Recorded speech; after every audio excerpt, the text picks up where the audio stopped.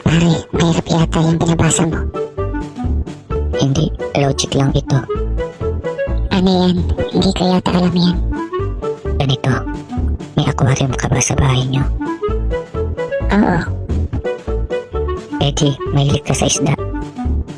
oo, Eh di, mahilig ka rin sa dagat. oo, Eh di, mahilig ka sa beach. oo, Eh di, mahilig ka lalo sa mga sexing babae na nakatupis. oo naman. Lalaking lalaki ka nga, ganyan ang logic. Ah, ayos pala yun ah. Pio, subukan ko lang itong tinuro sa akin ni Juan na logic sa'yo. Sige ba? May aquarium ka ba? Ah, wala eh. Bakla ka pala eh.